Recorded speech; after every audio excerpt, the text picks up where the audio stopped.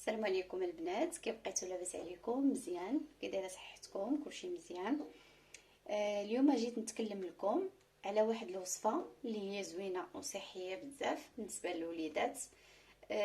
بديل، صراحه بديل على الدواء، بديل للطبيب، بديل بزاف د الحوايج اللي هي كتسبب مشكل للوليدات في هذه الفتره ديال البرد. فهاد الفتره هذه ديال البرد كيكون قاصح شويه على الوليدات.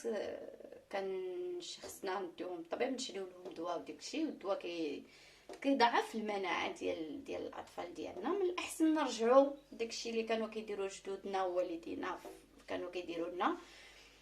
كيداويونا بحوايج بلديين زوينين، وكنا تبارك الله صحتنا مزيانه وكلشي مزيان، احسن الف مره من الدواء والسيرويات وداكشي. عندي اليوم واحد الوصفه جيتها لك، غنجيب لكم ان شاء الله بزاف ديال الوصفات طبيين انا كنستعملهم لوليداتي، تجربه مجربين. حويجات وحدين اخرين. دابا هذه حاجه منهم، من دوك الحويجات اللي عندي انا موجداها في الدار دائما ما كتخطانيش. هذه السمن، السمن المزيانه الحيله مصوبها بيدي، مصوبها على طريقتي انا، ماشي بحال ديال الزنقه كنشريوها ما كنعرفوهاش واش بصح حقيقيه ولا لا. اغلبيه كتكون مزوره، واخا كنعطيوها لوليداتنا كيقول لك لا ما براش، مي بطبيعه الحال لان ما مصوبيناش بيدينا. كنا مصوبينها بيدينا كنظن بان انا بعدا كنت كنشري السمن. كنت تتقول لي الوالده ديالي ديري للدراري السمن، ديري لهم هذا راه غيوليو لاباس. واخا كنشريها وكنديرها للوليدات ما تيبراوليش. انا ما هاد المساله ما وتيكحوا الكحه بزاف بزاف بزاف بزاف، وما واخا كنعطيهم بعض المرات سيرويات وديك الشيء واخا هكاك والو ما كيبراوش دغيا. تما قررت باش نبقى نصوبو بيديا ونشوف يد الله، لان الحاجه اللي غتصوبها على يدك ماشي هي اللي غتشريها من الزنقه. ملي صوبتو بيديا وعطيتو لوليداتي داروا عليه لاباس، صراحه النتيجه كانت زوينه، فرحاتني بزاف وقلت نشاركها معاكم. تعرفوها نتوما وتصوبوها لوليداتكم، الكبار صغار كلشي صالحه لكلشي. دابا كيف ما قلت لكم البنات هي زوينه بزاف للاطفال. كنتمنى انكم تبارطاجيوها مع الناس اللي تتعرفوهم اللي كيعانيو مع وليداتهم بسبب الزكام القوي، بسبب الكحه، بسبب الصدر كيكون مزعزع، بسبب بزاف الحوايج. هي معقمه بزاف للذات، زوينه. على فكره انها زوينه حتى اللي مرضين بالسياتيك كيدهنوها في الظهر ديالهم. كيدهنوها مزيان، كيمسدوا بها، زوينه حتى هي السياتيك.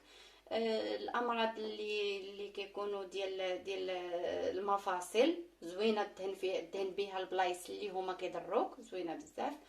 كنتمنى انكم تبارطاجيوها مع الناس اللي كتعرفوا.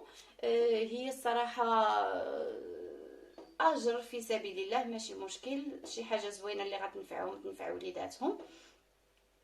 بالنسبه للوليدات الصغيورين اللي عاد خلاقوا، من الاحسن تجنبوها، لان انا كنهضر ابتداء من 6 شهور ورد الفوق. 6 شهور ممكن انه ياخذ معلقه صغيره ما كاملاش ممكن انه ياخذها 6 شهور.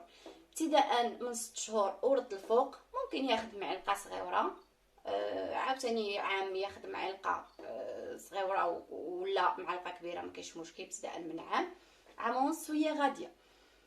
ما تخافوش منه، ما تيهضرش كاع نهائيا، زوين بزاف. وغادي نوريكم الطريقه كيفاش كنصوبوه باش كنتناولوه، باش كنعطيوه لوليداتنا يشربوه. انا جبت لكم، هضرت لكم على المنافع ديالو شنو فيه. غادي ندير لكم ان شاء الله شي حلقه خاصه ديال التصواب ديالو، كيفاش انا كنصوبو ونخليه في الدار كيبقى كيف ما هو، زوين بزاف. ما كيوقع له والو، ما تيضيع، ما تيغمل، ما حتى شي حاجه. انا نوري لكم كيفاش كيبقى.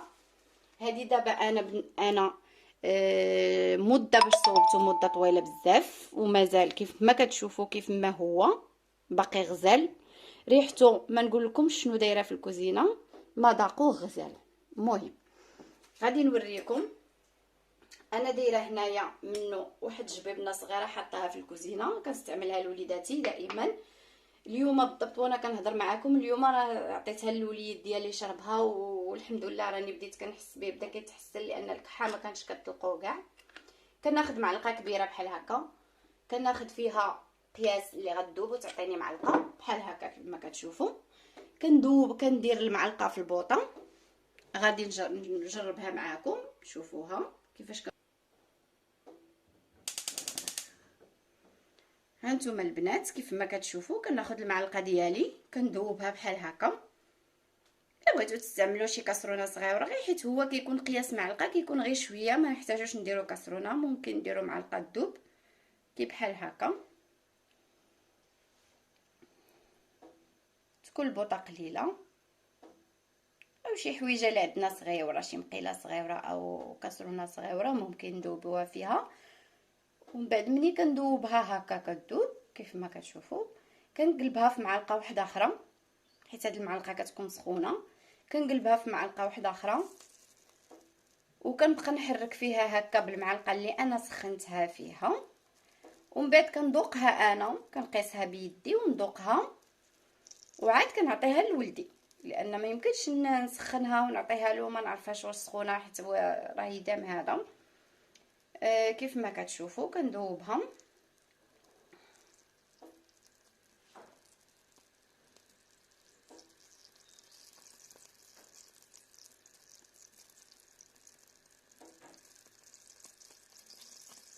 بارك عليها.